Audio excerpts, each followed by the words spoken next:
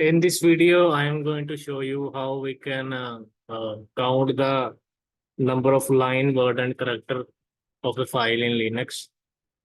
So first of all, I will open my terminal.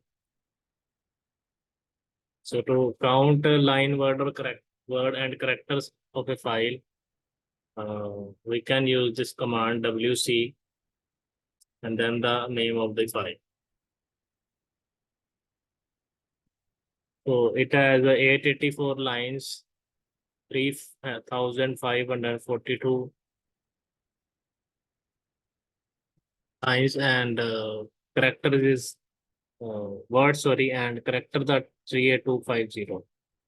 So if you want to view only the lines, you can use wc space -l and then the file name.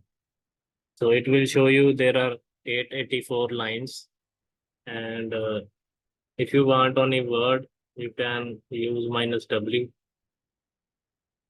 So it has 3,542 words, and if you want only to count characters, you can use wc-c and then the file name. So 38,250. So in this way, you can use this command to count the line, word, and character of a file. Thanks for watching.